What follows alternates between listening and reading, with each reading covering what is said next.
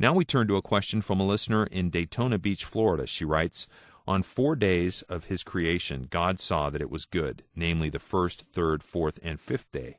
On the sixth day, God saw that it was very good, but not on the second day. I think it is due to the fact that in Ephesians 2, verse 2, it speaks of Satan as the prince of the power of the air. What do you think?" Well, I think you're wrong, because at the time that God created, I should say recreated the earth, that He is restoring it back to its pristine beauty that it was originally, why, Satan had nothing to do with it. He's not around. This at that time was not His domain at all.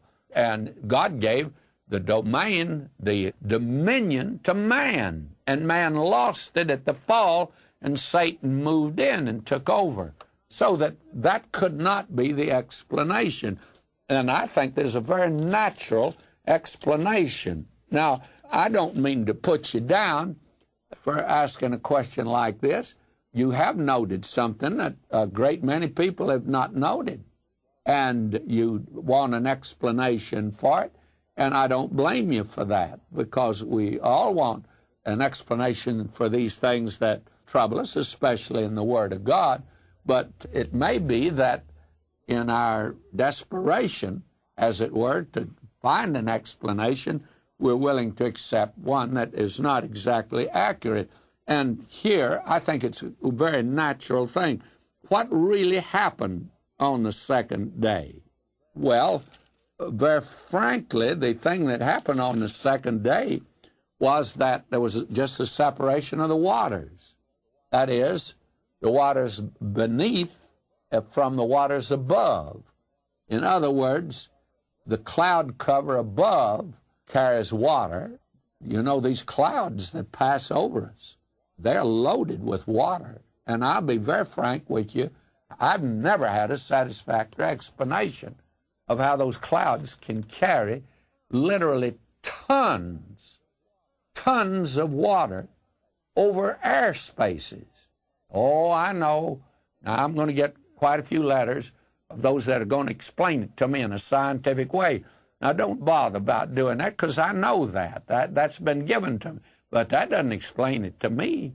How that above us there are flowing rivers that have got as much water in them as the Mississippi River's got in it. And those clouds just go blowing over. And all of a sudden it turned loose. I couldn't believe that those clouds could carry that much water. And where did all the water in the rivers get to?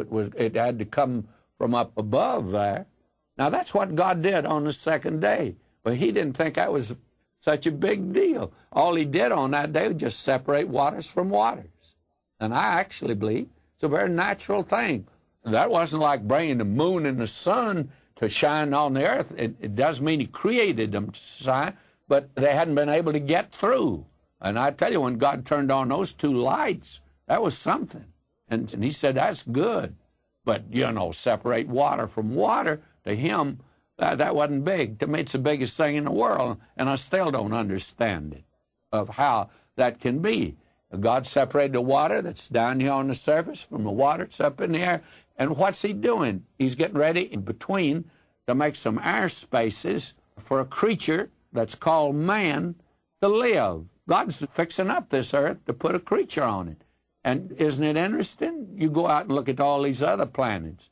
Very frankly, you want to know the truth, they're very disappointed out here at Caltech that they have not found life on some of these other planets. Really and truly, they're disappointed. They thought we had neighbors out there. Apparently, God just didn't fix up those planets out there as He did this little planet to put man on it, to work out a tremendous drama in the plan and purpose of God, which is bigger than any man down here today.